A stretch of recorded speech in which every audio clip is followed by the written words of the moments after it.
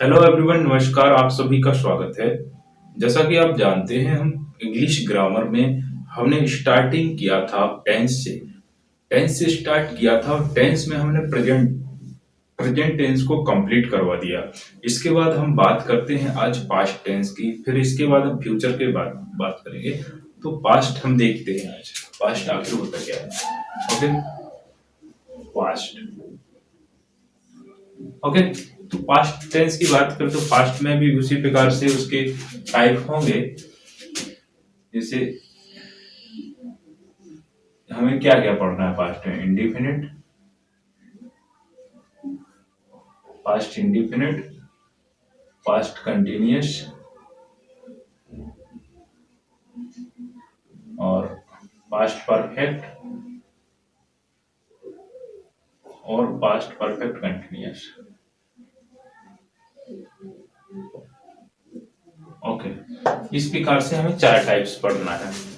Fourth type पढ़ेंगे indefinite, continuous, perfect and perfect continuous. आज हमारा जो टॉपिक होगा वो होगा इंडिफिनिट। इंडिफिनिट पे चर्चा करेंगे, इंडिफिनिट पे बात करेंगे आज। ओके, इंडिफिनिट पे बात करेंगे, जानेंगे past indefinite, past indefinite. Okay, past indefinite. Past indefinite की बात करें तो सबसे पहले इसमें सिंपल की बात करेंगे। सिंपल की बात करें, देखो सिंपल सिंपल क्या होता है इससे पहले भी बता दिया है। किसी भी प्रकार का इसमें नकारात्मक यानी नेगेटिव वाले थॉट नहीं हो।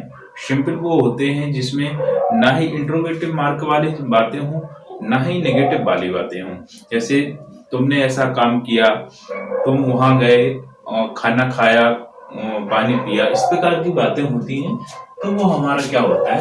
सिंपल होता है। ओके, तो सिंपल का स्ट्रक्चर इसमें होता है। स्ट्रक्चर की बात करें, स्ट्रक्चर तो इसमें होता है subject plus second form of verb, main verb का second form, main verb of second form हमेशा यदि सिंपल की बात होती है। And object plus other word भी हो सकते हैं यदि होंगे तो।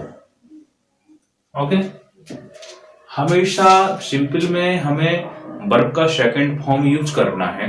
हमेशा हमें वर्ब का सेकंड फॉर्म यूज करना है यदि सिंपल सेंटेंस है पास्ट इंडिफिनिट का तो। ठीक है, तो जैसे हम बात करें कि इसमें यदि हम इसको बनाते हैं तो किसी भी प्रकार का यदि मेन वर्ब है तो उस मेन वर्ब का हमें सेकंड फॉर्म यूज करना है। जैसे एग्जांपल लेते हैं,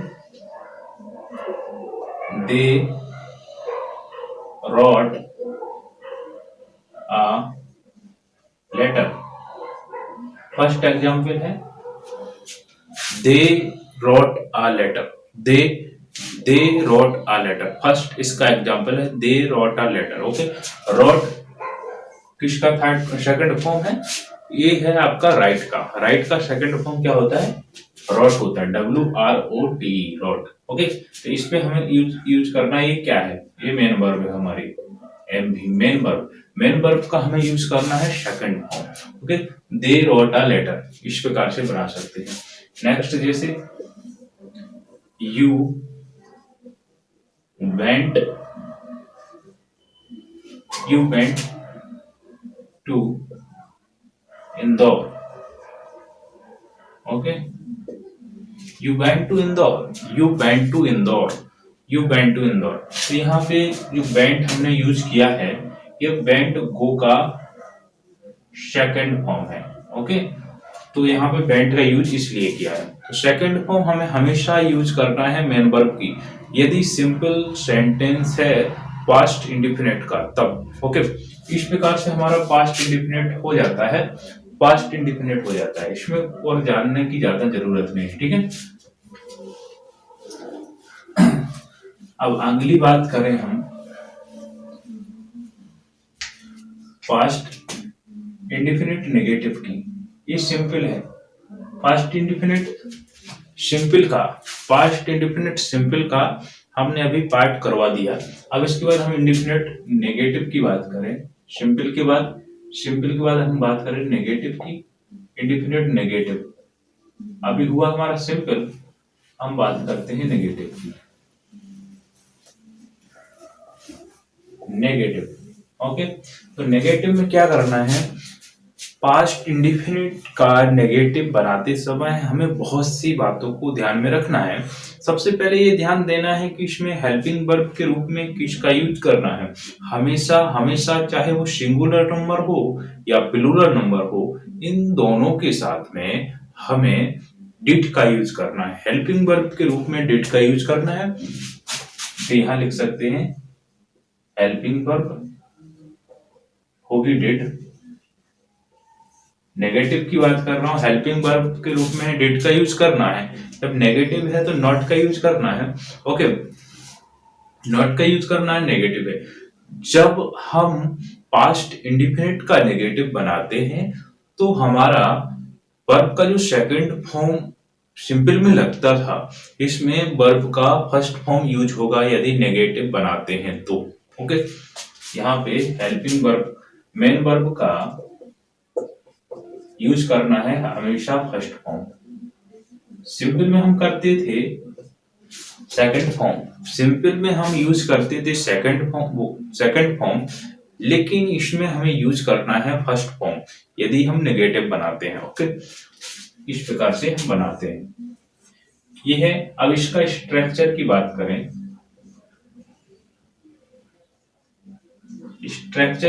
करें, तो इसका स्ट्रक्चर जैसे हम बनाएं तो सबसे पहले सब्जेक्ट आएगा, फिर आएगा आपका डिड। डिड क्या है, यहाँ पे हेल्पिंग वर्ब है एच भी, ओके। अब यहाँ नॉट का यूज करना है क्योंकि नेगेटिव है, और इसके बाद हमें यूज करना है मेन वर्ब का फर्स्ट फॉर्म। यहाँ ध्यान देना है, सिंपल में हम करते थे सेकंड फॉर्म, लेकिन इसमें करना है हमें फर्स्ट फॉर्म। ऑब्जेक्ट का यूज करना है, और अब करना अदर वर्ड है तो अदर वर्ड का यूज कर सकते हैं। इस प्रकार से ये हमारा हो जाता है structure. Subject did not plus main verb का first form plus object plus other word, okay. इस प्रकार से हमारा स्ट्रक्चर हो जाता है। अब कुछ एग्जांपल्स ले लेते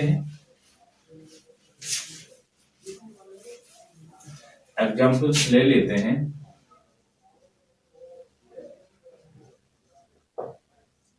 जैसे she did not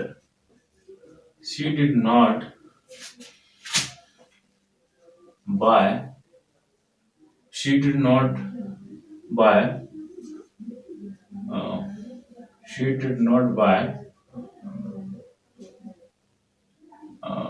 material, okay.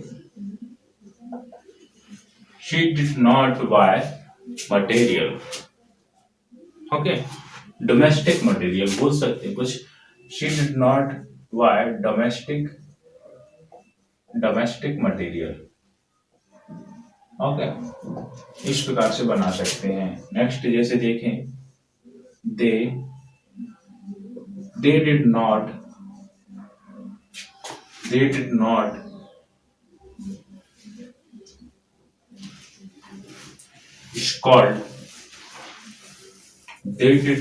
scold to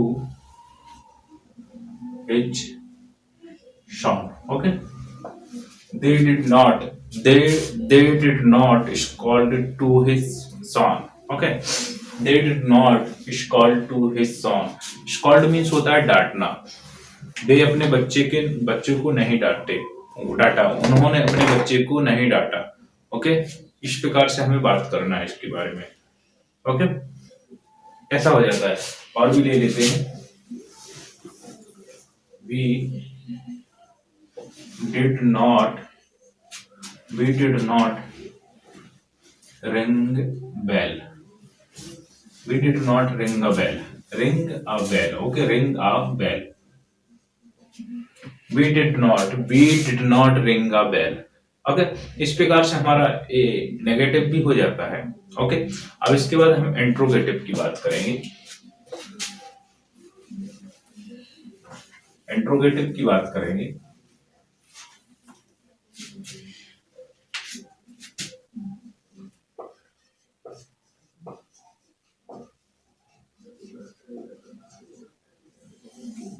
इस पे हम चर्चा करेंगे इंट्रोगेटिव पे चर्चा करेंगे अगले वीडियो में। इंट्रोगेटिव पे स्ट्रक्चर में बता देता हूं, जैसे इंट्रोगेटिव को कैसा बनाना है। इंट्रोगेटिव के इस प्रकार से बनाना है, सबसे पहले हमारी हेल्पिंग वर्ब आएगी, फिर आएगा सब्जेक्ट, फिर आएगा मेन वर्ब, फिर आएगा ऑब्जेक्ट, फिर अदर वर्ड, फिर इंट्रोगेटिव मार्क। जैसे स्ट्रक्चर को बना देता हूं मैं। हेल्पिंग वर्ब क्या है इसमें, did, subject plus main verb. Main verb का फर्स्ट फॉर्म ही आएगा, इंट्रोगेटिव हो या नेगेटिव हो। ओके, फिर ऑब्जेक्ट, फिर अदर वर्ड भी बोल सकते हैं, अदर वर्ड आएंगे तो लिख देंगे। और इंट्रोगेटिव मार्क लगाना बहुत जरूरी है, कंपल्सरी, जैसा कि हम बता चुके हैं। ओके, तो इस प्रकार से है। अब इसमें एक एग्जाम्पल ले लेता हूं मैं। Did you see there? Okay, did you see there and next. अब डिड क्यों लगाया, क्योंकि ये हेल्पिंग वर्ब है, यू हमारा सब्जेक्ट है, शी फर्स्ट फॉर्म है और देयर ऑब्जेक्ट है। ओके, एंड नेक्स्ट देखते हैं, did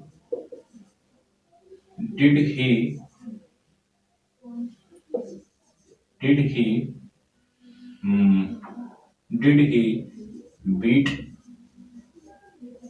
to him? Did he beat to him? ठीक है, did he beat to him, इस प्रकार से हम बना सकते हैं। एक और बना देते हैं, did she dance at night? Okay, did she dance at night? Did she dance at night? इस प्रकार से हमारा इंट्रोगेटिव भी हो गया। अब हमारा जो interrogative, double interrogative, negative interrogative, double interrogative, इस प्रकार का जो जितने भी बचे हुए हैं अभी सेंटेंस स्ट्रक्चर, तो वो अगले वीडियो में कराएंगे। तब तक के लिए नमस्कार, थैंक यू वेरी मच।